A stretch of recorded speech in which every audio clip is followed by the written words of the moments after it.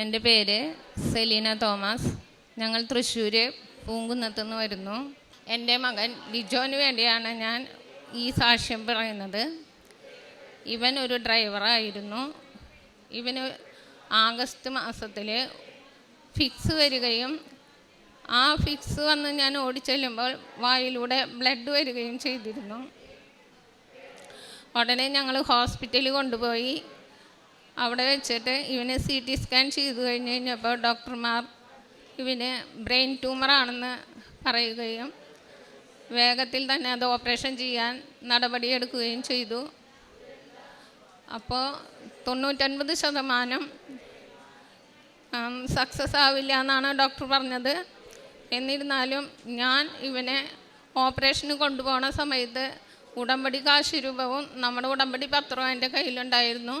ഇവനെ കുരിശ് വരച്ച് ഉടമ്പടി കാശ് രൂപ അമ്മയുടെ അടുത്ത് വെച്ചിട്ട് പറഞ്ഞു, അമ്മേ, ഈശോയെ ഓപ്പറേഷൻ ചെയ്യുമ്പോൾ നിങ്ങൾ രണ്ടുപേരും എൻ്റെ മകൻ്റെ കൂടെ ഉണ്ടായിരിക്കണം.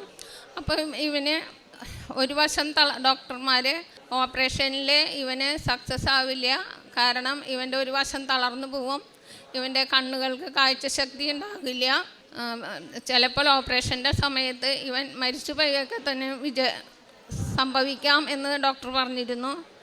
പിന്നെ ട്യൂമർ എടുക്കുമ്പോൾ പകുതി ട്യൂമർ മാത്രമാണ് എടുക്കാൻ പറ്റുള്ളൂ, അത്രയ്ക്കും ക്രിട്ടിക്കൽ സ്റ്റേജിലാണ്. അത് കഴിഞ്ഞാൽ ഇവന് റീ ഓപ്പറേഷൻ ഒരു 6 മാസം കഴിയുമ്പോൾ ചെയ്യുമെന്നാണ് പറഞ്ഞിരുന്നത്. പക്ഷേ ഓപ്പറേഷൻ്റെ സമയത്ത് ഞങ്ങൾക്ക് ട്യൂമർ കാണിച്ചു തരാൻ വേണ്ടി ഒരു ബോട്ടിൽ ചോദിച്ചു കഴിഞ്ഞ് എൻ്റെ മകളത് കൊണ്ടുകൊടുത്തപ്പോൾ ഞങ്ങൾക്ക് മാത്രം ട്യൂമർ കാണിച്ചു തന്നില്ല. അവനെ വെൻറ്റിലേറ്ററിലാക്കി. പിറ്റേ ദിവസം ഞങ്ങൾ ഡോക്ടറോട് മോള് ചോദിച്ചു, എന്താ ഡോക്ടറെ ഞങ്ങൾക്ക് മാത്രം ഈ ട്യൂമർ കാണിച്ചു തരാതിരുന്നതെന്ന്. അപ്പോൾ ഡോക്ടർ പറഞ്ഞു, അവൻ്റെ ട്യൂമർ അവിടെ വെച്ച് അഴുകിപ്പോയിന്ന്, അതുകൊണ്ട് നമ്മൾക്കത് ഫുള്ളായി എടുക്കാനും സാധിച്ചു. പിന്നെ അവനവിടെ ട്യൂമറിൻ്റേതായ ഒരു ലക്ഷണവും ഉണ്ടായിരുന്നില്ല. അങ്ങനെ ഇവനെ 7 ദിവസം വെൻറ്റിലേറ്ററിൽ കിടത്തണമെന്നാണ് ഡോക്ടർ പറഞ്ഞത്. 7 ദിവസം കഴിയുമ്പോൾ ICUയിലേക്ക് മാറ്റണമെന്നും. ഞാൻ ഈ കാശ് രൂപവും കൊന്തയും പിടിച്ച് ആ ICUവിൻ്റെ മുമ്പിൽ കിടന്നിങ്ങനെ പ്രാർത്ഥിക്കാൻ തുടങ്ങി. 2 ദിവസം കഴിഞ്ഞപ്പോൾ എൻ്റെ മകൻ വെൻറ്റിലേറ്ററിൽ കണ്ണ് തുറന്നു എണീറ്റിരുന്നു. അവിടെ നിന്ന് ഇവൻ ഡോക്ടർ വന്നപ്പോൾ പറഞ്ഞു, എന്നെ ഇനി ICUയിലേക്കൊന്നും മാറ്റണ്ട, എന്നെ വെൻറ്റിലേറ്ററിൽ നിന്ന് വാർഡിലേക്ക് മാറ്റണം. അങ്ങനെ വാർഡിലേക്ക് കൊണ്ടുവന്നു. ഇവൻ കുറച്ച് കഴിഞ്ഞപ്പോൾ ഇവൻ പറയുന്നത്, അമ്മേ, എന്നെ നമ്മുടെ വീട്ടിലേക്ക് കൊണ്ടുപോകരുത്, ഡിസ്ചാർജ് ചെയ്താൽ അത് എന്നെ കൃപാസനത്തിൽ കൊണ്ടുപോയി ജോസഫച്ചനെ കൊണ്ട് പ്രാർത്ഥിപ്പിച്ചിട്ട് എന്നെ വീട്ടിൽ കൊണ്ടുപോയാൽ മതിയെന്ന്. ഇവനാന്ന് വെച്ചാൽ തലയിൽ 48 സ്റ്റിച്ചാണ് ഉള്ളത്. എങ്ങനെ ഞാൻ കൃപാസനത്തിൽ ഇവനെ കൊണ്ടുവരുമെന്നുള്ള പേടി കൊണ്ട് ഇവനൊരു സമ്മതിക്കണില്ല. ഞാൻ പറഞ്ഞ് സമ്മതിക്കാതെ ആയപ്പോൾ അവൻ്റെ അളിയനോട് പറയാൻ തുടങ്ങി, അളിയ, എന്നെ കൃപാസനത്തിൽ കൊണ്ടുപോയി അച്ഛനോട് പ്രാർത്ഥിച്ചാൽ എനിക്ക് ഭേദമാവും. അങ്ങനെ ഞങ്ങൾ 22 ദിവസം കഴിഞ്ഞപ്പോൾ ഇവനെ ഡിസ്ചാർജ് ചെയ്ത് രാത്രി 11 മണിക്ക് ഞങ്ങൾ കൃപാസനത്തിൽ വന്നു. അച്ഛനെ കൊണ്ട് പ്രാർത്ഥിച്ചു. ഞാനിവിടെ ഉടമ്പടി എടുക്കുന്ന നേരത്ത് ഇവന് ശക്തമായ പനിയും ചുമയാണ്. എൻ്റെ മകൾ എന്നെ വിളിച്ചു പറഞ്ഞു, അമ്മ, ചേട്ടന് ഭയങ്കരമായ പനിയാണ്, എന്തു ചെയ്യും? ഞാനിവിടെ നിന്ന് മാതാവിനോട് പ്രാർത്ഥിച്ചു. അച്ഛൻ്റെ അടുത്ത് വന്ന് ഇവനെ തലയിൽ കൈവച്ച് അച്ഛൻ പ്രാർത്ഥിക്കുമ്പോൾ ഇവൻ നന്നായി ഷെവർ ചെയ്തു. അതോടുകൂടി അവനെ പനി 6 മാസമായി ഇപ്പോൾ ഇവന് ഈ ഓപ്പറേഷൻ കഴിഞ്ഞിട്ട് ഇതുവരെ ഇവന് പനിയോ ചുമയോ ഉണ്ടായിട്ടില്ല. അവിടെ നിന്ന് ഞങ്ങൾ 2 തലോണ വെച്ച് കിടത്തി തല 2 നേരത്തെ പിടിച്ചിട്ടാണ് കൊണ്ടുവന്നിരുന്നത്. ഇവിടെ നിന്ന് ഞങ്ങൾ പോകുമ്പോൾ ഇവൻ സ്വസ്ഥമായി ഇരുന്നിട്ടാണ് വീട്ടിലേക്ക് പോയത്.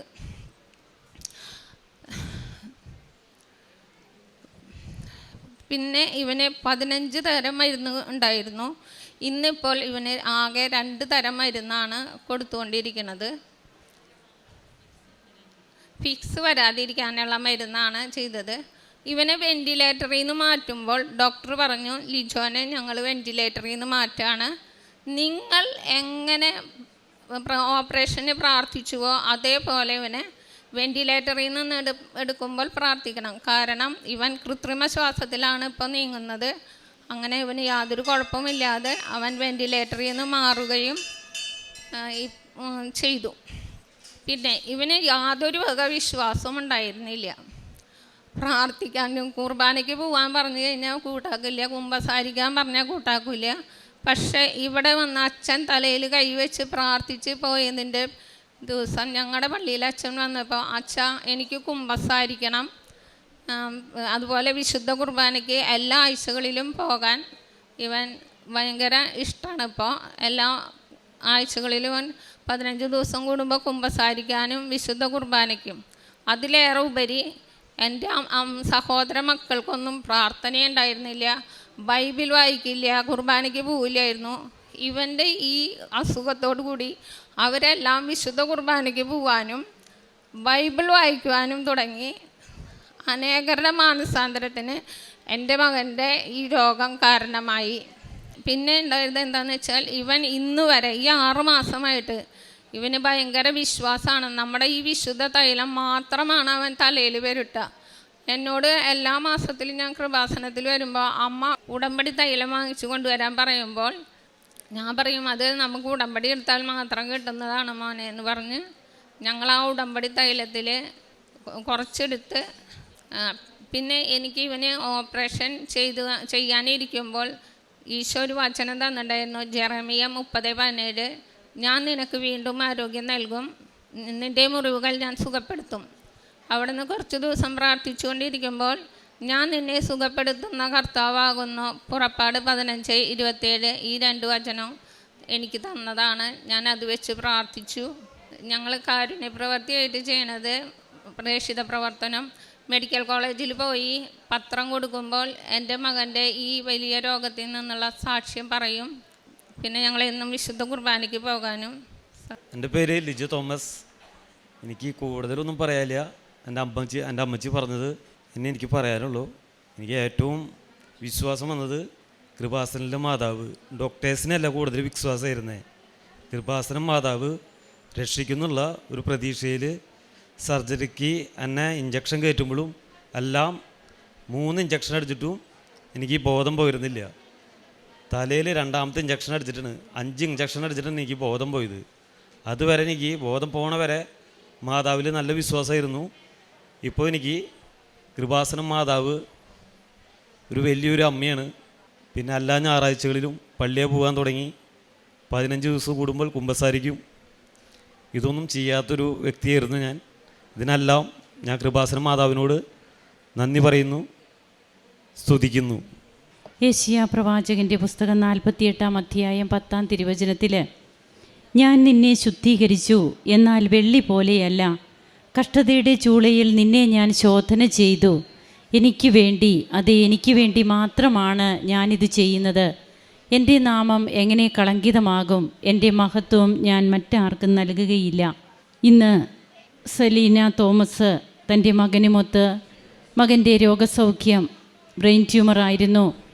അത് 2 പ്രാവശ്യമായിട്ട് ഓപ്പറേറ്റ് ചെയ്യാനേ പറ്റുകയുള്ളൂ എന്നൊക്കെ പറഞ്ഞിരുന്നിടത്ത് ഉടമ്പടി നേർച്ച വസ്തുക്കൾ, ഉടമ്പടി തൈലം പൂശി പ്രാർത്ഥിച്ചിട്ട് കാശുരൂപവുമൊക്കെ വെച്ച് പ്രാർത്ഥിച്ച് മകൻ ഓപ്പറേഷൻ തിയേറ്ററിലേക്ക് പോകുമ്പോൾ പിന്നീട് അത് മുഴയായിട്ട് ഓപ്പറേഷൻ ചെയ്യാൻ പോലും ഇല്ലായിരുന്നു. അത് മൊത്തം മെൽറ്റായി പോയി എന്നാണ്, അതായത് പിന്നീട് അവിടെ ഇല്ലായിരുന്നു എന്നാണ് ഈ മകൾ പറയുക. അങ്ങനെ 2 പ്രാവശ്യമായിട്ട് ഓപ്പറേഷൻ ചെയ്യണമെന്ന് പറഞ്ഞത് 1 പ്രാവശ്യം പോലും മുഴയായിട്ട് എടുക്കാനായിട്ട് തൻ്റെ മകൻ്റെ ഓപ്പറേഷൻ്റെ സമയത്ത് അതൊന്നും വേണ്ടി വന്നില്ല. അതുപോലെ ഒത്തിരിയേറെ കോംപ്ലിക്കേഷൻസ്, 99% ഡോക്ടേഴ്സ് കോംപ്ലിക്കേഷൻ പറഞ്ഞിരുന്നത്. മരിക്കാൻ വരെയും സാധ്യതയുണ്ട്, ഒരു വശം തളർന്നു പോകാം, ഇങ്ങനെയൊക്കെ പറഞ്ഞത് ആ മകനെയും കൊണ്ടാണ് ഈ അമ്മ ഇവിടെ വന്ന് നിൽക്കുന്നത്. ആ മകൻ തന്നെ നമ്മോട് സംസാരിച്ചു, താൻ എങ്ങനെയായിരുന്നു, ഇന്ന് എങ്ങനെ താൻ മാറി. കൃപാസന അമ്മയാണ്, അമ്മയിൽ തനിക്ക് പൂർണ്ണ വിശ്വാസമാണ്, അമ്മ വലിയ അമ്മയാണെന്നാണ് ഈ മകൻ പറയുക. അങ്ങനെ തൻ്റെ ജീവിതത്തെ ഈ രോഗത്തിലൂടെ തനിക്കൊരു പുതുജീവിതം തന്നു. അതുകൊണ്ട് തന്നെയാണ് നമ്മുടെ സഹന കാലഘട്ടങ്ങൾ ഒരിക്കലും അത് നമ്മെ തളർത്താനുള്ളതല്ല. അതുകൊണ്ടാണ് തിരുവചനം പറയുക, നിന്നെ ഞാൻ ശുദ്ധീകരിച്ചു, വെള്ളി പോലെ എനിക്ക് വെള്ളി പോലെയല്ല, കഷ്ടതയുടെ ചൂളയിൽ നിന്നെ ഞാൻ ശോധന ചെയ്തു.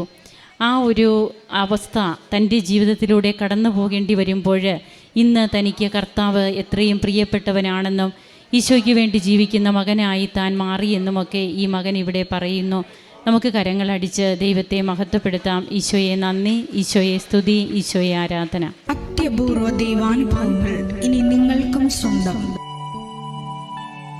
ഈ യൂട്യൂബ് ചാനൽ ഇതുവരെ സബ്സ്ക്രൈബ് ചെയ്തിട്ടില്ലെങ്കിൽ ഇപ്പോൾ തന്നെ സബ്സ്ക്രൈബ് ചെയ്യുക.